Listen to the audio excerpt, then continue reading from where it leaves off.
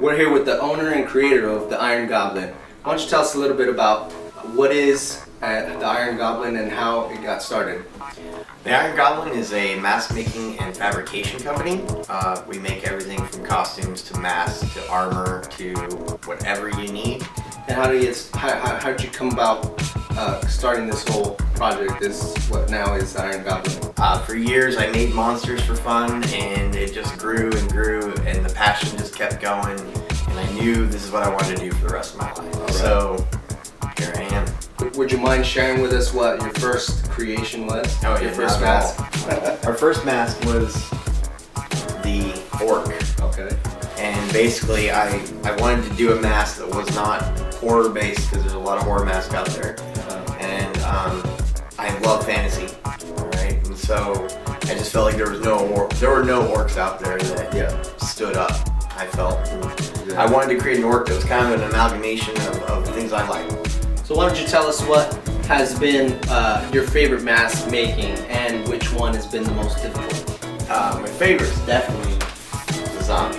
It is probably one of the cooler ones because I just told myself I'd never do a horror mask, and here it is. It was just so much fun to get all the blood and the gruesome details down. Yeah, definitely. This is probably the hardest. This one took. The Bane mask. It was, it's definitely the bane of my existence. It was very difficult to come up with all the parts. Mm-hmm. We had to fabricate most all the parts. Nothing was pretty much found except for a few little pieces here and there that we could manipulate and get working.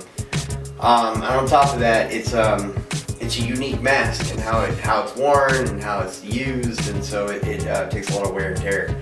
But and as you can see with this one, we're already repairing it for the customer. We stand by all our masks, so anytime something's broken, we'll fix it. Why don't you tell us a little bit about the process of making a mask, and what's the average time frame that it takes you to create one of these masks? It can take anywhere from 2 or 3 hours to sculpt it to days and days of work, and like a couple hours a day, adding up to like 18 to 25 hours. It just really depends on the mask, on the sculpting aspect of it. After you're done with that, you gotta cast it, and that can take up to 2 days. I usually do it in about a day now.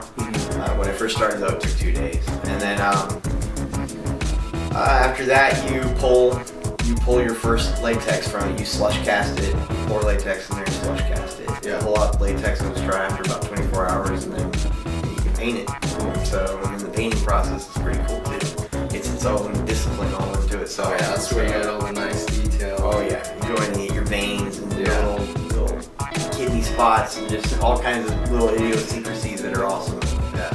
Why don't you tell us a little bit about how your passion has influenced your life and brought you to where you are now? My family's definitely a part of it. I mean, I could never do this without my wife and my kids being so supportive. Like, I mess up my wife's dining room on a regular basis, and she's pretty cool about it. So without her, without all, it directly correlates. Everything I do in Iron Goblin directly correlates with my regular everyday life. Yeah. So my boss at work is supportive of it, and my friends, everybody. I mean, I could not be where I'm at right now without an amazing amount of support from all my friends. The amount of support I get on Facebook and everything like that is just, it's overwhelming sometimes. It's really amazing. So what's on the horizon for Iron Goblin? What's your next project that we haven't heard about? Well, we got a couple new prosthetics that are going to be coming out, and a few other things we're making that are smaller, more cost efficient, so that people can buy them more easily.